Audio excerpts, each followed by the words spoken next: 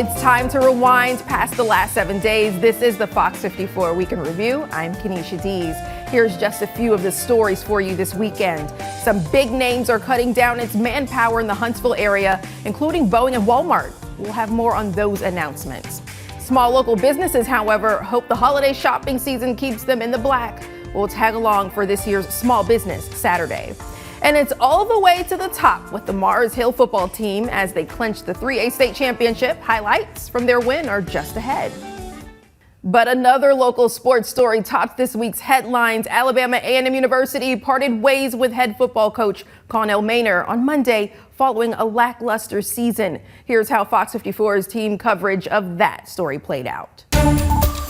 I can't say it was the biggest surprise in the world. Connell Maynor has been a mainstay in the Huntsville sports community for the last half decade plus, but the results over the last 3 years in particular have left much to be desired for Bulldogs fans.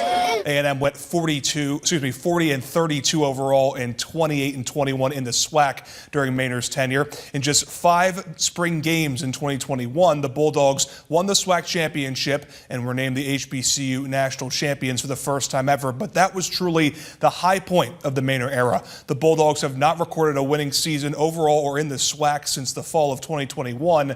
The team also has not finished higher than third in their 6-team East division since that championship year. And to make matters worse, the Bulldogs have lost to their arch rival Alabama State in the Magic City Classic 3 consecutive years in a row. In today's Alabama A&M Athletics press release that announced that Maynor would not return as head coach, Dr. Paul Bryant said, quote, "We want to thank Connell Maynor for his 7 seasons at Alabama A&M University. We wish him well in all his future endeavors." Bryant became the director of athletics at Alabama A&M University in August 2022. Therefore, this will be the first time he'll be hiring a head football coach since arriving on the Hill. The press release we received from Alabama A&M Athletics also says that a national search for the program's next head coach begins immediately. Connell Maynor had been top dog on the Hill for the last 7 seasons, finishing with a 40 and 32 overall record and a 28 and 21 mark in the Southwestern Athletic Conference. Out of 21 all-time head coaches, Maynor finishes with the 5th most games coached and the 8th best winning percentage in program history. But to understand where Maynor leaves this program, it's important to acknowledge where it was when he took over. Prior to Maynor's arrival, the team had 5 straight losing seasons. A&M needed to be competitive, and Maynor turned it around, posting winning records overall and in the SWAC in each of his first 4 seasons. The most notable of that stretch came in the COVID-induced 2020 shortened spring season, where the Bulldogs won all 4 games they played, won the lone conference championship game of his tenure. In that run, running back Jordan Bentley was named SWAC Offensive Player of the Year. Quarterback Akil Glass earned the Deacon Jones Trophy for Black College Football Player of the Year. But since then, the program was never able to take that next step and win the league in a traditional season format. It can't be overlooked that the timing of heightened expectations for A&M came at the same time as Deion Sanders' stint at Jackson State and the surging of new SWAC member Florida A&M under head coach Willie Simmons. After A&M's lone SWAC title, it was either the Tigers or Rattlers who took home the trophy. The league had clearly become top-heavy. Now, if a SWAC title couldn't come back to the Hill, the next best thing would be winning the Magic City Classic, annual rivalry game against Alabama State. After winning the first 4 classics of Connell Maynor's tenure, the Bulldogs lost 3 in a row, including disappointing late-game finishes.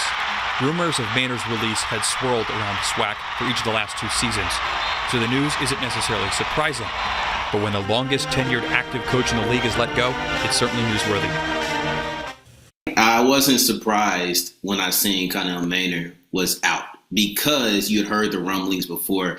You had kind of got an idea that if he didn't perform this year, that was going to be the end of his tenure, and he didn't perform this year. So I can't claim to be overly shocked that it's the end of his tenure.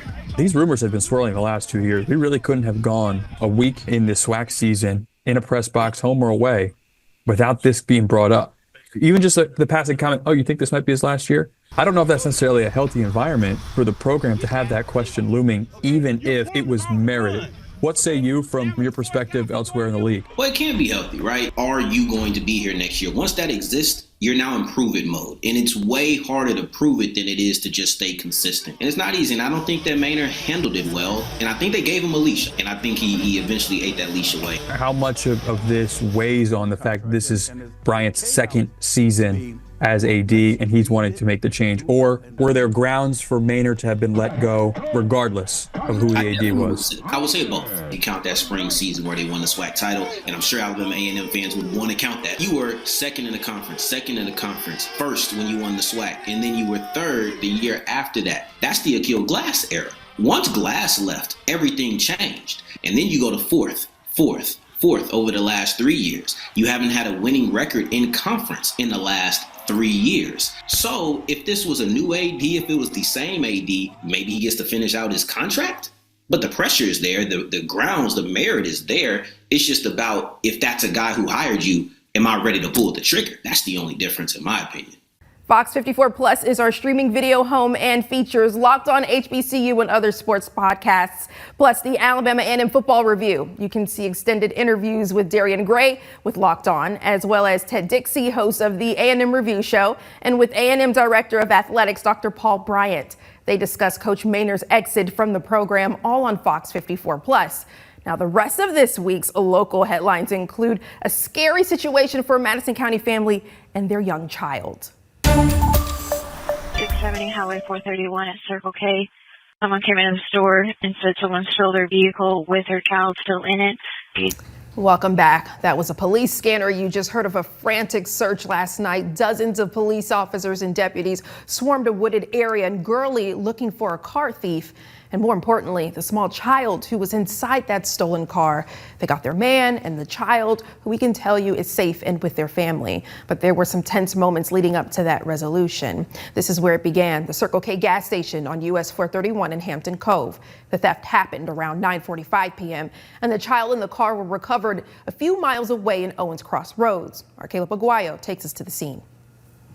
A parent's worst nightmare. That's what nearby residents are telling me happened at the Circle K on US 431. One quick trip inside for a snack or a drink, and your car is gone with your child inside. The call came in Tuesday night, and officers rushed to the Circle K responding to a theft in progress. When they arrived, a woman told them her car had been stolen with her child inside. She had locked the car, but her driver's side window was down while the vehicle was running to keep the car warm. Her child was secured in a car seat. I've been here, raising a family for like 15 years, and that's something any of us would do. I mean, feel pretty secure, especially in the Owens Crossroads area. Fidel Farrell lives nearby with 3 kids of his own, and this is something he's never heard of before. It's totally unexpected. I think it's the first time I've ever heard of such a crime.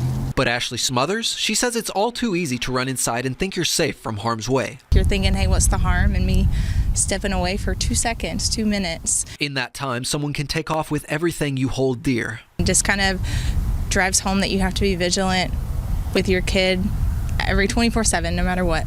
The vehicle was found off Cherry Tree Road in Gurley. Huntsville police tell us the man who was driving it ran into a wooded area, and officers caught up with him soon after. This man, Matthew Wade Garner, drone and canine teams helped find him.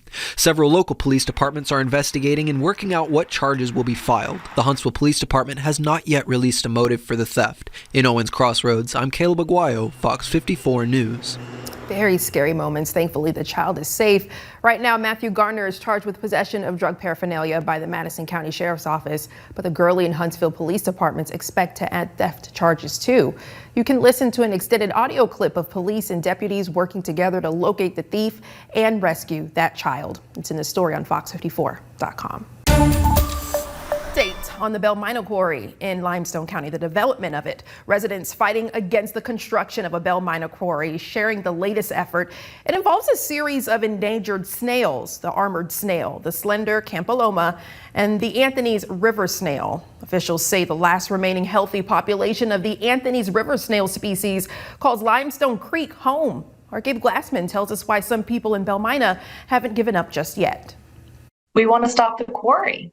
What may seem like a last-ditch effort from the small Bell Minor community against the quarry doesn't seem like one to the people representing the Bell Minor churches. The quarry is going to be a devastating impact on this community, and it's going to change the way people live. We have been trying every which way we can to stop them from operating. The opposition's latest effort involves 3 species of snails. The Southern Environmental Law Center gave construction crews 60 days, starting November 21st, to stop building or obtain an incidental take permit. And if they fail to do so, we will be filing a suit in federal court under the Endangered Species Act, which protects wildlife that are listed as threatened or endangered, including these 3 snails. Our hope is that this process will stop them from not only harming the snail, but also the community around them and the rest of the environment. Pastor Cody Gillum and the SELC say it's not just the snails they're worried about. We are very disappointed that they've decided to continue operations because of the disruption that it causes our neighbors. this quarry, because it's right across the street from a community, it's going to cause a lot of noise and flooding and traffic impacts. And those impacts are going to be a nuisance. Pastor Gillum says the community is optimistic about this angle. Even when their morale has low, they have been unwavering in their support. The SELC says next steps include potentially filing a federal lawsuit at the end of the 6-day period, as well as seeing some action in state courts in the next few weeks. From Belmina, Gabe Glassman, Fox 54 News. Pastor Cody Gillum also says they have filed a Title VI complaint with the U.S. Environmental Protection Agency. He says the environmental justice screening tool they use to try and understand the socioeconomic makeup of the area, quote, casts too wide of a net. 404 11th Avenue Southwest. Call heard 3 large booms in the area and they're now scared requesting me. We've also received multiple reports about this large boom from other callers. Oh yeah, a big boom. The sound described by Morgan County residents and people in surrounding areas is after what we can confirm was a mishap at the Nucor steel plant in Decatur. Our Ken McCoy spoke with the Morgan County EMA on why residents have no reason to worry.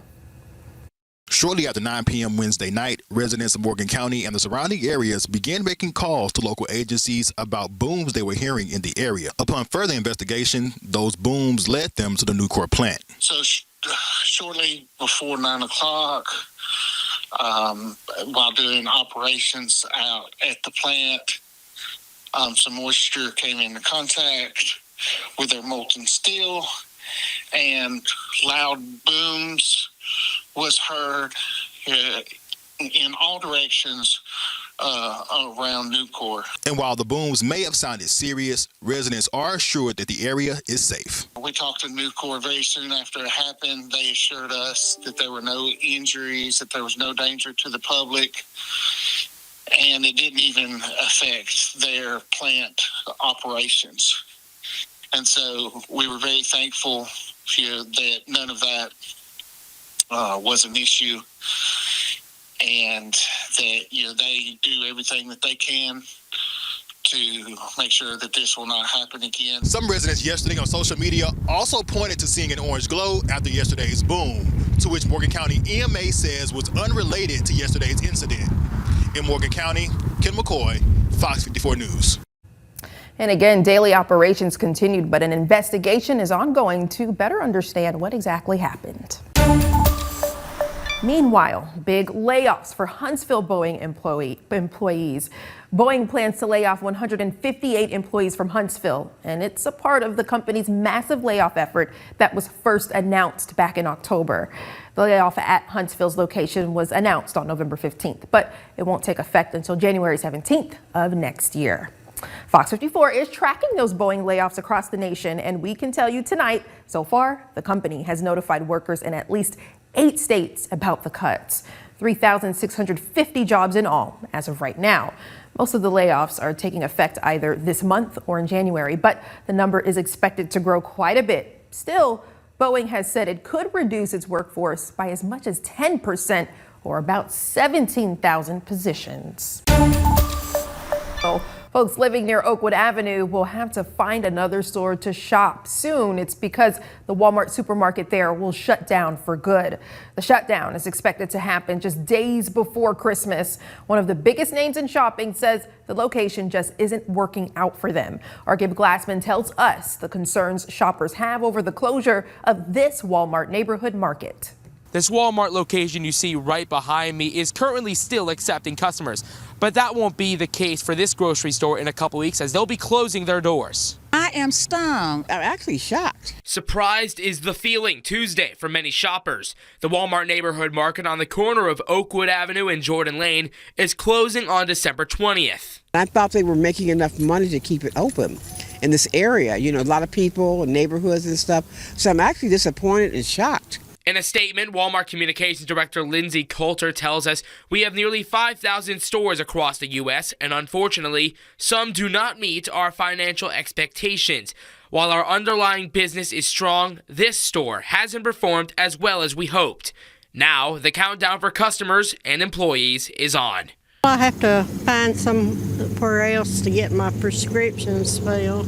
The pharmacy will also be shutting down. Staff will be working with customers to transfer prescriptions to other locations.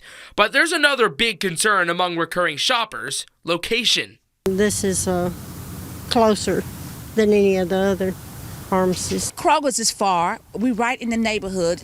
It took me 5 minutes to get here, you know, so I don't know what we're going to do. This place is much closer. And now I've got to go to another Walmart. The next closest comparable store is 3.5 miles away, and many in the area are upset about losing the convenience of a Walmart so close to home. This is our neighborhood store. Everybody get up and come and go here. They can get in and get out. I thought the store was really making money, so I'm like, wow. Yeah, that's all I can say is wow. We're going to really miss this store. I know I am. Walmart officials say there are no other closures planned for the region at this time. In Huntsville, Gabe Glassman, Fox 54 News.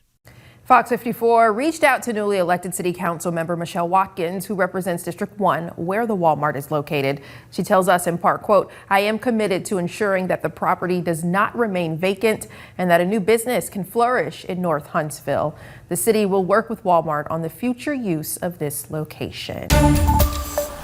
The Huntsville City Council held its first meeting of the month, and tonight, two very interesting topics on the table: energy, education, and security. Our Gabe Glassman joins us in the studio tonight to explain them all. Gabe, you were at the meeting earlier. Let's start with energy. Yes, Kenesha, City Council members discussed the city's future in terms of energy investments. The council unanimously approved the creation of an energy task force. They'll be creating a community energy resource plan, which would focus on the flexibility of the city's energy and make suggestions on where the city should prioritize energy investments. Officials say the group's work is expected to conclude by the end of summer 2025. The Energy Task Force will work with Huntsville Utilities and TVA to prioritize program investment, to make some decisions or help make decisions on where to focus infrastructure needs. There are still question marks in terms of what growth may be coming, but we're still growing, and we're growing from decisions that were made some years ago. And so there are infrastructure needs that we'll have to meet. This task force will help the utility and TVA decide where to make those investments. Officials say the Energy Task Force will be made of 12 people, all by appointments, 5 of which will come from City Council, 3 from Mayor Tommy Battle, 3 others from Huntsville Utilities, and 1 more by the Huntsville-Madison County Chamber of Commerce. Now let's move on to the other big topic of discussion tonight, school safety. The City Council approved Huntsville police officers full access to security video cameras and key fobs to all Huntsville City schools to increase response time in an emergency. The vote was 4-1. It was a long discussion, just under 20 minutes, talking about the ins and outs of the change. District 1 City Council member Michelle Watkins had many questions and some concerns about the subject, mainly whether the fobs and cameras will be used only in case of emergency. She was a lone no in the vote. We got the chance to speak to her about the topic before the meeting started. Take a listen. In case of emergency, they won't be trying to enter the building. They can just have a fob and they'll enter in with no problem. I do have some concerns when it comes to the cameras. Don't think they should have full access to the cameras. They can contact the school and get access as needed. I'm concerned about how FERPA will work with students' rights. So I'm concerned about the cameras. Want to make sure that there's some parameters put in place, that if officers access the cameras, that, you know, it's a tracking mechanism in place to tell you who logged in, what did they capture. Now, the Huntsville Police Department says in a statement, quote, "This is crucial when time is of the essence, such as during active shooter incidents or medical emergencies." Huntsville Chief Police Kirk Giles also mentioned during the meeting a fob will be given to every officer, which he says is just under 400, but each key will be identified to each officer so they can keep track of the key fobs and do an audit if needed. The Rocket City Marathon is just under 2 weeks away. Today, we learned more about the upcoming impact the marathon will have for Huntsville. The event is on the 14th and 15th of this month and will have multiple races leading up to the marathon Sunday morning. More than 3,500 runners have already registered for the event, and more are expected. Mark Russell of the Huntsville Sports Commission spoke on the economic impact of the marathon.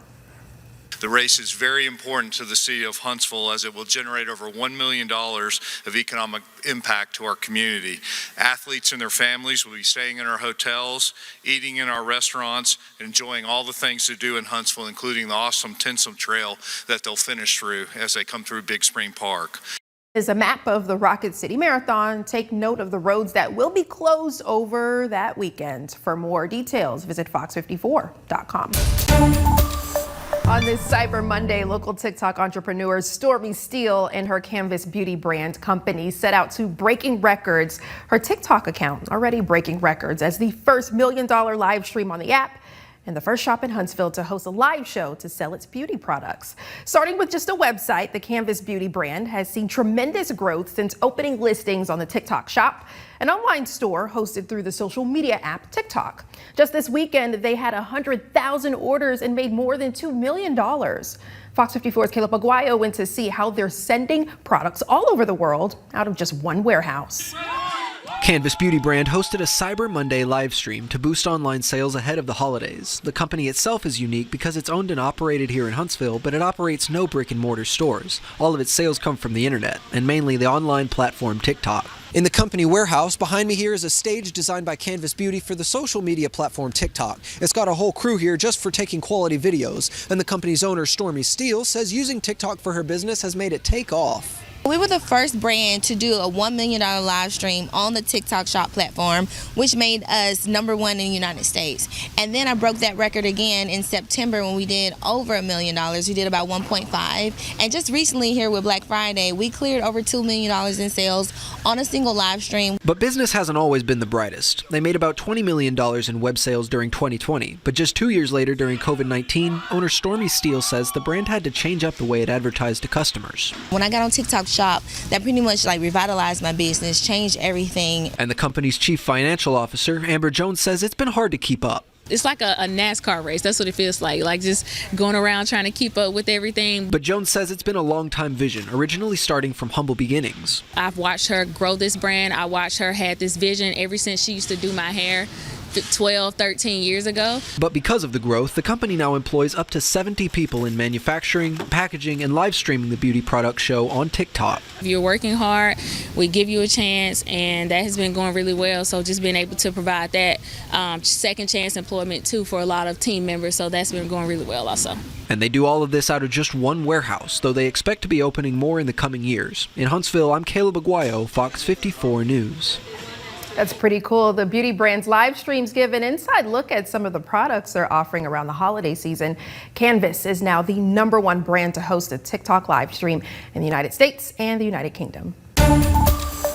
And the Huntsville-Madison County Public Library Board decided to move some of its Disney movies from the juveniles to the young adults section. Based on ratings from the Motion Pictures Association of America, or the MPAA, many Disney films like Frozen, Moana, and Coco have a PG rating, meaning the organization recommends a parent to watch the film with the child. In order for the library to comply with new policies in the public library service and receive state funding for its local branches, these PG films will move over to the young adult section meant for ages 13 through 18. I think Disney has kind of branched out, especially the last decade or so, and some of the stuff is not always children appropriate. So I think to protect the children, I think that's probably actually a really good move. Children under the age of 13 will still be able to rent Disney films if they have parental approval. They can also rent the G-rated movies still available for them in the juvenile section. A new grocery store making its way to Limestone County, as Food City will soon call Athens home. The store will be located at the intersection of Elm and Lucas Ferry Streets. The project is expected to create around 200 new jobs and represents an investment of nearly $19.6 million. Food City anticipates the new store will generate approximately $23 million in annual sales. An opening date has not yet been announced. This is just one of 7 food cities that will call the Tennessee Valley home. The first location in Owens Crossroads just opened its doors in October. Somerville residents now have a new place to shop for groceries. Fresh Value opened its brand new location at the Crossroads Center today. The location previously housed Piggly Wiggly and a Save More Market. It's the latest addition to Fresh Value's family of stores across the state. I was just driving through the town between locations and saw the building sitting empty. Thought it looked like a grocery store, so I turned around, came back and checked on it, looked in the windows. It was sitting dark. The store's been dark for about 8 years, and reached out, found out who the landlord was, made a contact, and that was in January, and it's taken us, to this point. I think it's very good for the community without driving 10, 20 miles forth and back. I'm not familiar with that chain, but I heard good stuff, so I'm very excited. I believe it's going to help the community. It will probably, help us out a lot, so I appreciate them coming out here. Well, this is good for Somerville. There isn't an extra incentive to be among the first shoppers. The first 100 customers each day through Saturday will receive free groceries. Now, Fox 54 Top Teacher, sponsored by Calhoun Community College.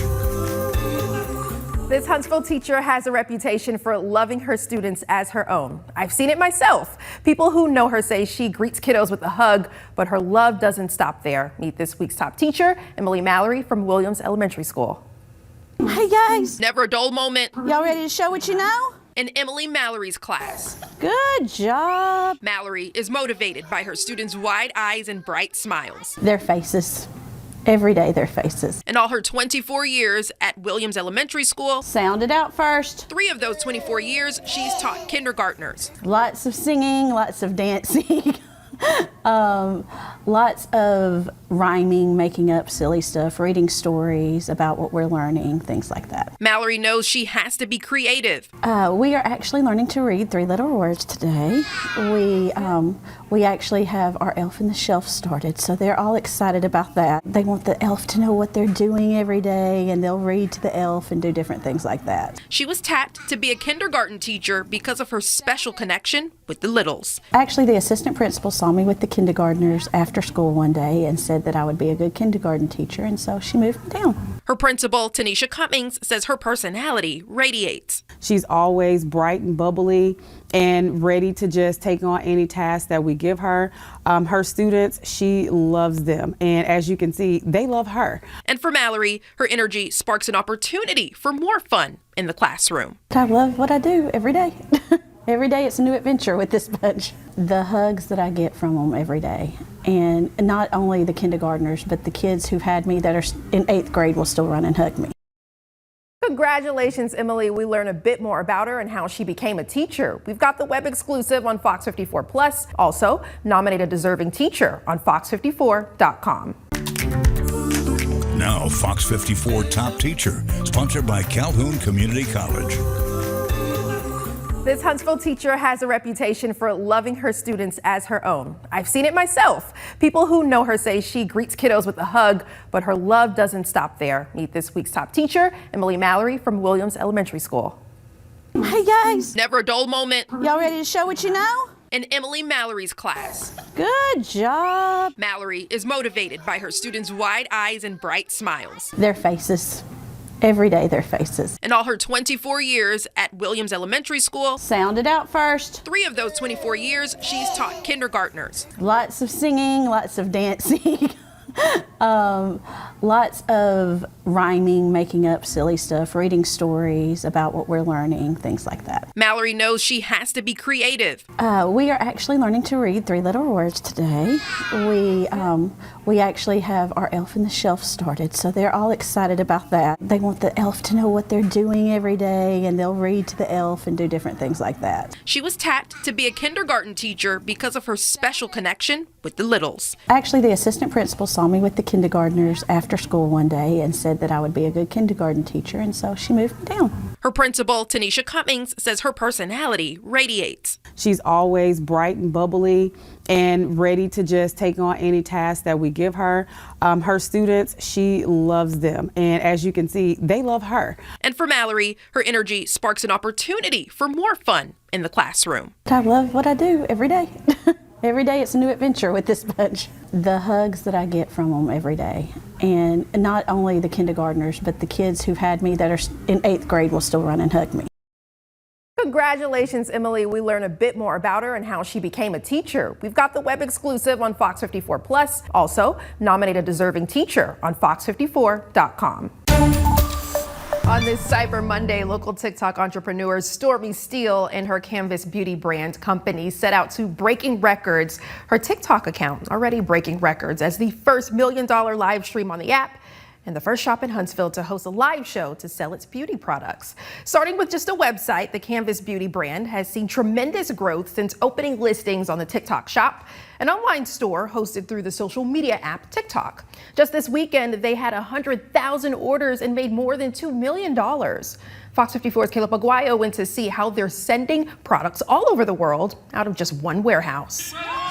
Canvas Beauty Brand hosted a Cyber Monday live stream to boost online sales ahead of the holidays. The company itself is unique because it's owned and operated here in Huntsville, but it operates no brick-and-mortar stores. All of its sales come from the internet, and mainly the online platform TikTok. In the company warehouse, behind me here is a stage designed by Canvas Beauty for the social media platform TikTok. It's got a whole crew here just for taking quality videos, and the company's owner, Stormy Steele, says using TikTok for her business has made it take off. We were the first brand to do a $1 million live stream on the TikTok shop platform, which made us #1 in the United States. And then I broke that record again in September when we did over $1 million. We did about 1.5. And just recently here with Black Friday, we cleared over $2 million in sales on a single live stream. But business hasn't always been the brightest. They made about $20 million in web sales during 2020. But just 2 years later, during COVID-19, owner Stormy Steele says the brand had to change up the way it advertised to customers. When I got on TikTok shop, that pretty much revitalized my business, changed everything. And the company's chief financial officer, Amber Jones, says it's been hard to keep up. It's like a NASCAR race. That's what it feels like just going around trying to keep up with everything. But Jones says it's been a long-time vision, originally starting from humble beginnings. I've watched her grow this brand. I watched her had this vision ever since she used to do my hair 12, 13 years ago. But because of the growth, the company now employs up to 70 people in manufacturing, packaging, and live streaming the beauty product show on TikTok. If you're working hard, we give you a chance, and that has been going really well. So just being able to provide that second chance employment too for a lot of team members. So that's been going really well also. And they do all of this out of just one warehouse, though they expect to be opening more in the coming years. In Huntsville, I'm Caleb Aguayo, Fox 54 News. That's pretty cool. The beauty brand's live streams give an inside look at some of the products they're offering around the holiday season. Canvas is now the #1 brand to host a TikTok live stream in the United States and the United Kingdom. It's another Small Business Saturday here at Lowell Mill, and local shop owners are telling me the holidays are the perfect time to shop with them instead of going directly to the big chain stores. It's original, creative things, but it's our community that we're supporting.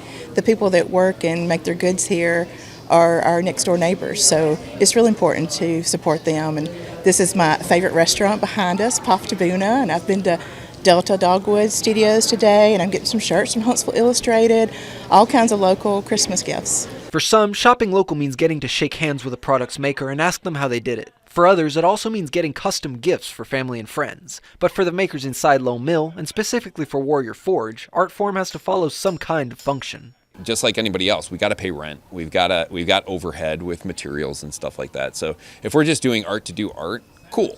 But I do art as a business. But some shop owners say they do it for the love of the craft, regardless of the cost. The money's a perk. I get it.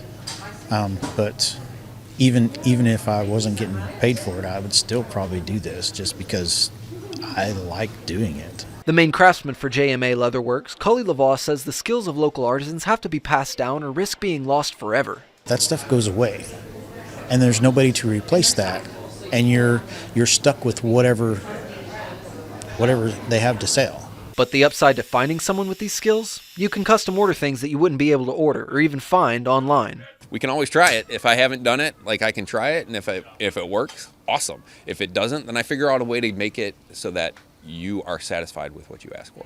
And you can't do that at the big box store. The only problem with shopping local, you might leave with more than you would hope to buy. In Huntsville, I'm Caleb Aguayo, Fox 54 News.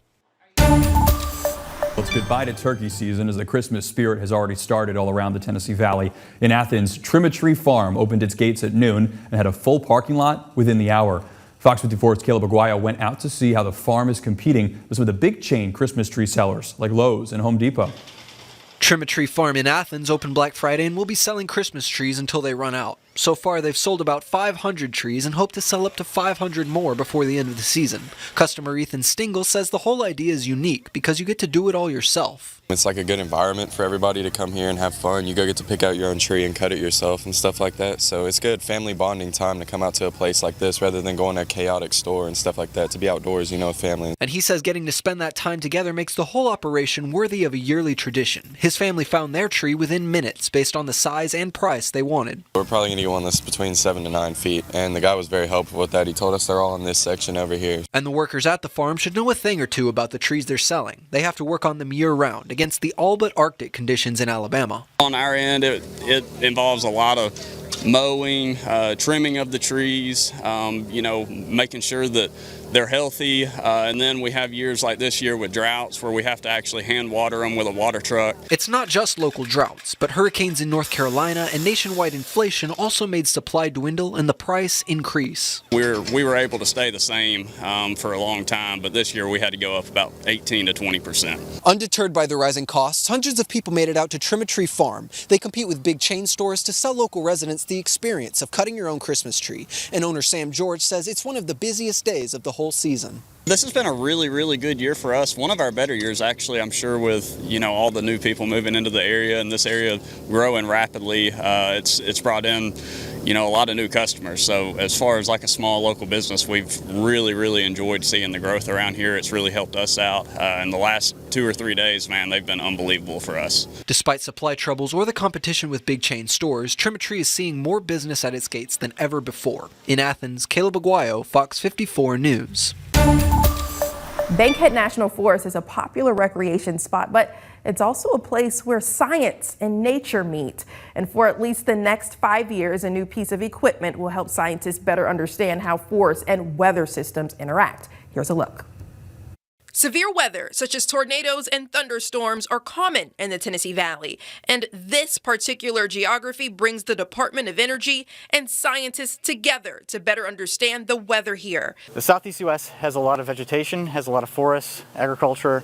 It's also an area with a lot of severe storms and severe weather. And we know that plants move a lot of moisture from the ground to the atmosphere and contribute a lot to severe weather and storm development, as well as clouds and convection. So we've never had the opportunity in the past to study the combined interactions. Bankhead National Forest will house the Atmospheric Radiation Measurement Facility, also known as ARM, for at least the next 5 years. And one UAH professor is excited for this level of research to be in the area. I was thrilled to hear that the Department of Energy was going to put their AMF3 facility here in the Bankhead Forest. It represents an important long-term investment in understanding our clouds and weather better in North Alabama and the Tennessee Valley and the Southeast in general. But the skies are also being used to see what is happening with weather balloons launched 4 times a day, giving scientists real-time data about the atmosphere. So far, Bankhead has been a great spot for this. We're really interested in understanding how the vegetation, how the atmosphere and the heterogeneity of surface properties, where we have agricultural landscapes, where we have forests, how that influences all of that energy and moisture that moves into the atmosphere, that contributes to cloud development, that contributes to the energy that's used in severe storms and thunderstorms. The overall goal of this new facility is to get a deeper grasp of North Alabama's climate and how the climate is shaped by local vegetation. The data retrieved will be used to better understand how the climate impacts severe weather across the Tennessee Valley and throughout the Southeast. Yeah, so having a better understanding of local climate and its impacts on severe weather could help meteorologists write more accurate forecasts, providing residents with more lead time to take appropriate action. Giving Tuesday is not over yet. The nonprofit Life South is asking for help for the rest of Giving Tuesday. The org transports platelets, plasma, red blood cells, and whole blood from mobile buses all over North Alabama back to their main facility on Madison Boulevard. Our Caleb Aguayo went out to Madison to learn about North Alabama's blood supply chain. In North Alabama, Life South operates dozens of buses or bloodmobiles to encourage people to give blood every day, and it's needed because of the nonprofit's extensive reach from the Tennessee state line all the way to Coleman. This Life South office on Madison Boulevard operates from northern Alabama to southern Tennessee. They're the main provider for the Huntsville Hospital System and the secondary provider for Crestwood Medical Center. And to keep the blood supply up, they need hundreds of donors every single day. There's not a synthetic way to make blood, so if the hospitals don't have the blood that they need on hand, there's not a plan B. And getting the blood from your body and into a bag is quite the process. Bloodmobiles take whole blood and extracted parts from all over North Alabama to the Madison Boulevard facility. From there, it's flown to Atlanta for testing and back here again for processing. It's then delivered to the hospital, which can go through the blood faster than it's being delivered, and that need only grows during the holidays. We see hospital usage go up and donor flow kind of drop off a little bit because people are traveling. It's the holidays. You're not thinking, oh, I need to go donate blood. So today on Giving Tuesday, we're encouraging people to come out, donate, support our local hospitals, because what bigger way to give than to save a life? In fact, Cecil says one donor can provide enough blood to save the lives of 3 people. But because the nonprofit needs so many donors every day, they give out rewards for coming in to give. We'll have a $20 e-gift card, and if they choose to do automation, like a double red blood cell or something like that, they'll get an additional $20 gift card. So you could leave here with a $40 gift card. We also have really cute t-shirts, and you get the knowledge that you have saved up to 3 lives. And to save lives, donor Terry Burdett says she comes in regularly to give what she feels is the biggest contribution she can provide. Platelets, and it goes to cancer patients. And it has a very short shelf life. I just think that's something that I can do for my community. The Community Blood Center is open every day except for Christmas this year, and the Life South Bloodmobiles can be found all over North Alabama. In Madison, I'm Caleb Aguayo, Fox 54 News. All right, some good local sports news. The Mars Hill Panthers now heading to the state 3A football championship. It's after a thrilling semifinal playoff matchup and triumph over Piedmont Bulldogs last night. The Panthers earning their championship spot with a decisive 49-20 victory. The game showcased explosive offensive plays and solid defensive stops that propelled the Panthers to the win. A lot has been accomplished by the Mars Hill Bible School football program in their first decade of existence. They've had 8 winning seasons, been to the playoffs 8 times, won 6 region titles, and 2 state championships. Recent success has built up quite the standard for a school of under 200 kids. When I moved here in 8th grade, that was my main goal, was to make a couple of state championships, and unfortunately we hadn't been able to, but my senior year it's been a great honor to play for one, and we're going to go win it. Head coach Daryl Higgins says his team has met the expectation with effort. It meant a lot. I mean, just for these guys right here that's worked so hard to get it. They deserve everything that's came their way because of the work they've put in, because of the kind of young men they are, the great teammates that they are. It means a lot for this school and this program. In the week of the state championship game, practice is all about fine-tuning what they do best, run the ball. We're always trying to get better. Every day we go out, we're doing the same drills, same stuff we were doing back in the summer. It's just about getting where you can do things so many times that you can't mess it up when it comes game time. A good day of practice right now is doing everything basically flawlessly, working on stuff, polishing stuff up, making sure you get on your blocks, stay on your blocks. Caden Chandler ran up 4 scores of his own in the semifinal win over Piedmont. From his view in the backfield, it's the guys up front that make it happen. I mean, they get down there, they get nasty, they got a lot of heart, got a lot of effort, and they work really hard. So I think that's the main part of the run game. Gunnar Kirscher is one of the guys in the line, both lines. He wants to be the latest of 3 brothers to win state championships at Mars Hill. I just remember when I was in 8th grade just thinking about just holding that trophy up and just knowing that my group did it, so that's just the goal all along. It feels good being a big part of the team and just seeing how much success we have. It just gives me a lot of confidence to go out there and do what I'm supposed to do. It all just means so much to the Panther program. It meant a lot, especially being my senior year and going out like that. It meant a lot to me. Well, it's just a lot of good people here at the school, a lot of good families, and these guys hadn't really won one themselves as a class, so they want to finish up with the win and go out here and add to the legacy. Heading into Thursday, Mars Hill had won a state championship in Class 1A and Class 2A, and this afternoon they added the Class 3A state championship to their big trophy case. The Panthers rallying from a 12-0 deficit and defeated Houston Academy 50-43 in the Magic City. The Panthers racking up 486 yards of total offense, including an impressive 445 on the ground alone. Hudson Higgins, who you see right there, was the game MVP with 200 rushing yards and 3 scores. After the game, we spoke to his dad, Daryl Higgins, about the foundation that he's built with this program. It's been a blessing being at Mars Hill the whole time. A lot of wonderful families, which of course have great kids and tremendous support. It's been a lot of fun being here, being the coach. And it's not really about winning and losing for us. Of course, we love winning, but it's about the relationships and developing these guys for being great husbands and fathers, and all that stuff that people talk about is for real with us. There's more to explore on Fox 54 Plus, including our roving camera as it visits several North Alabama Christmas parades. Plus, all this month, we're devoting Saturday nights to space exploration. This week, we're visiting the NASA archives to show you the dedication ceremony of Huntsville's own Marshall Space Flight Center. Those are just some of what awaits you on Fox 54 Plus. Get it free today on Roku, Fire TV, and Apple TV. Until next weekend, I'm Kenesha Dees. Thanks for watching the Weekend Review.